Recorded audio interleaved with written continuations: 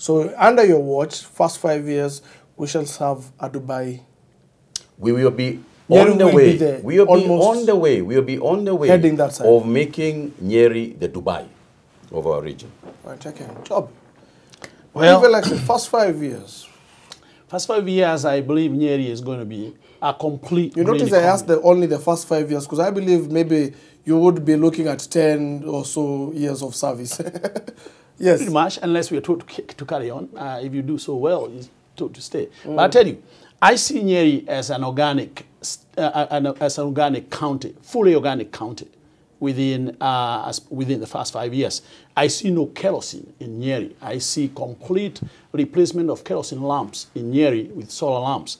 I see complete establishment of new green industries, what you call green industrial schemes, to actually create products out of our raw materials: coffee, tea, macadamia, water, milk, and vegetables, fruits, and other things. I see that. I actually also see us being probably the biggest providers of the external markets and also local markets with good products that are labeled organic. I also see... Are you saying the farmers will get better pay for their investment? Oh, absolutely. I completely do not understand why a coffee farmer cannot be able to get 500 shillings a kilogram of cherry.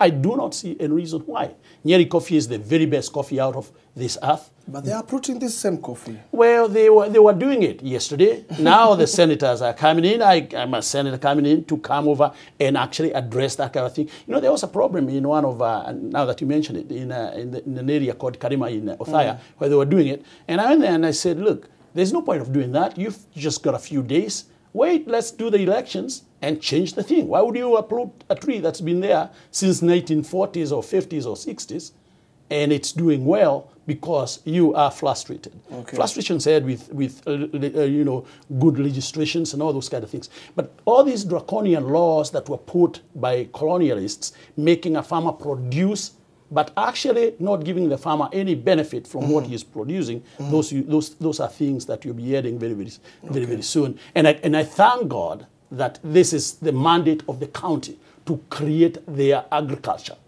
So an organic county. An organic county. In fact, I also totally believe that we will be the center for solar technologies in this region, East Africa. I also believe that we will have harnessed all the methane. What you call methane is biogas.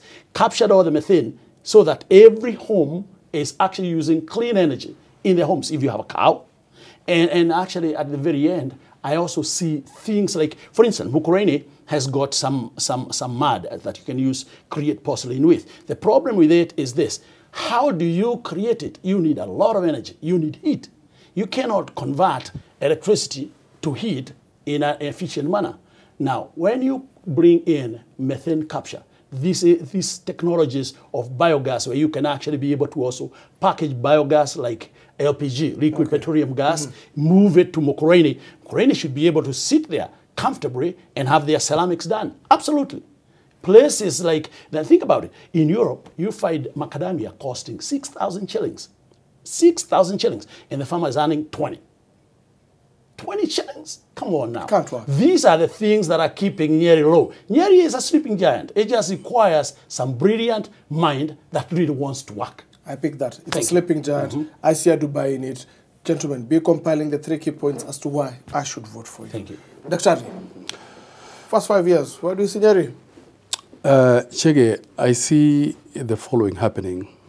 First and foremost, we must realize that it is the legal challenges, the legal hurdles, and the policy deficiencies that have not made not only Nyeri but the whole of this country remain behind. First and foremost, we have to clean up the law. We have to put in place laws and policies that are friendly and that are promotive of not just agricultural development, but development in totality, including the education that I talked about, educating the populace, putting capacity in the populace. I will also state this. You start with what you have, and you move on to what you can innovate, to what you can be able to acquire. Right now, the vast majority of the residents of Nyeri County are coffee farmers, tea farmers, dairy farmers, and horticulture farmers. First of all, fix that. Make it worthwhile for the residents of Nyeri to do that, to carry out that activity, so that it puts sufficient money in their pocket for them to have disposable income that can drive the economy of Nyeri. You have to create consumers in Nyeri. And the only way you can create consumers in Nyeri, including consumers of education, because it's a service, is to put money in their pockets. Okay. Now, value addition, obviously, is the way to go. But beyond value addition, I think the role of the senator will go beyond doing those detailed, nitty-gritty things. You have to look at the broader picture. Let me give an illustration to what I mean. The coffee that we are all talking about here, which fetches very, very low prices, I find it comparable to another commodity called oil. In 1970, up to 1973, oil from the Middle East was that cheap. And it was kept that way by the consumers of oil, which was the West and their automobiles. It took the creation of OPEC and for OPEC to withhold production and marketing of their oil, for the prices of oil to go up to a level where you could be able to develop the United Arab Emirates, the Dubais, the Qatars, the Saudi Arabias, and so on and so forth. I see no reason why these counties around Mount Kenya region, for example, all the way from Kiambu to Meru, cannot come together, led by the senators with vision, and say, we are going to withhold coffee from Mount Kenya region, from the market, because we want to create a floor price, a reserve price for our coffee, that at least at the very beginning, we will put enough money in the farmers' pockets to not just cater for their expenses, but also make them a reasonable return to make coffee farming profitable. And the same can be extended to other commodities that we export. I see no reason why, as a beginning, as a start, we cannot be able to legislate in Nyeri that no raw milk will ever leave Nyeri, the boundaries of Nyeri County. It must be processed in one way or another, so that you put enough money in people's pockets. Okay. Once you have farmers, a significant mass of Nyeri residents with enough money in their pockets, then the rest will come on its own. It will naturally come, because people have got wealth. The same way that putting money, oil money, in the pockets of the Arabs has made the Middle East the place to be. Yeah. All right. I pick it up from you. From you, the first 5 years, it's about making sure that the people have the resources within themselves and the world. Gentlemen, Mutahim, basically 3 key points as to why, as Chege, as a Wanchiko, as a Wamboi, living in Nyeri or living in Nairobi, but I should be coming back home in Nyeri, I should vote for you. And while you tie it up, you gentlemen will have to live with a legacy of a man who is retiring, who has really developed this nation. I believe the weight is on you to make sure that when he retires and comes back to the county that you people will be governing in one way or the other, he feels the legacy is sustained. What is your plan? Well, I think from your last one, I think that Nyeri, and not just Nyeri, Kenya owes a lot to President Kibaki. That's true. He has changed the way we think. He has thought outside the box. And whatever we have done, even when we are cabinet ministers, we do it because you have got a leader who is allowing you to do what you can do, and giving you advice, constant advice. And I hope that when he does come to Nyeri, when he retires and comes to Nyeri, we will continue to consult with him, because we are the ones who are going to be there. But in the last question you asked about why should somebody vote for Mutahi Kagwe, I believe that when you start picking leaders, one of the things that you must do, you must ask yourself where they have led, what have they done? What sort of record, does somebody have in terms of a leadership record? What did you do when you could lead? I mean, I was a member of parliament for Mukurweini. I would like the Mukurweini people to say, when he was a member of parliament, this is what he did.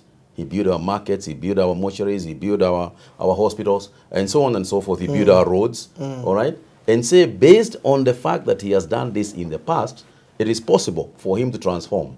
When I was talking about Nyeri and helping Nyeri grow and become something special in this country, when I took over as Minister for Information and Communications, the technology was unknown in this country.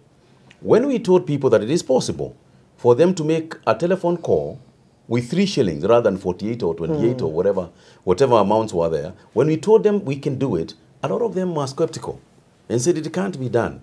But we stuck to it and said we can do this and it can be done. Consequently, we did it. All right, we did it and put Kenya on the map, on the technology map globally. All right, we were the first country to start sending money via the telephone, M-Pesa.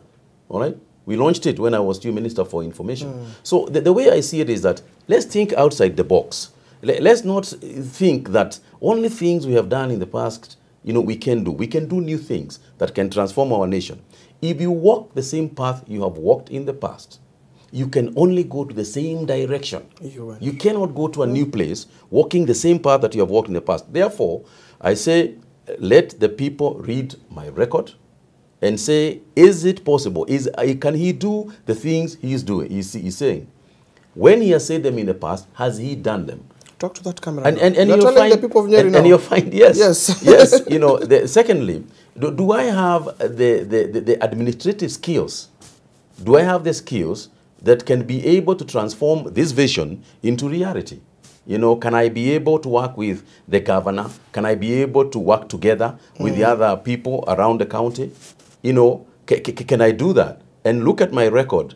And you say that at the time when I was a member of parliament and minister, we used to gather people together from the coffee farmers, from the dairy farmers. We gather them together and say, what is it we can work together? That is, in fact, how we started working on Kimathi University together. The third question that I would like to say to them is this: I can get the resources. I have done it in the past. Yes. All right, I have gotten the resources in the past. When we were working on transforming technology in Kenya, we had to go out there and mobilize resources, and we managed to do so. A little bit of it via equity externally, but most of it just from Kenya. And in fact, at that time we told the World Bank, they came to us and we said to them, we will call you when we need you. All right. So I believe that I have got the skills. I've got the skills both internationally and nationally to gather the resources that we require. So with my past, with my vision and ability, with my skills and contacts to get development done, this is the sort of senator you need.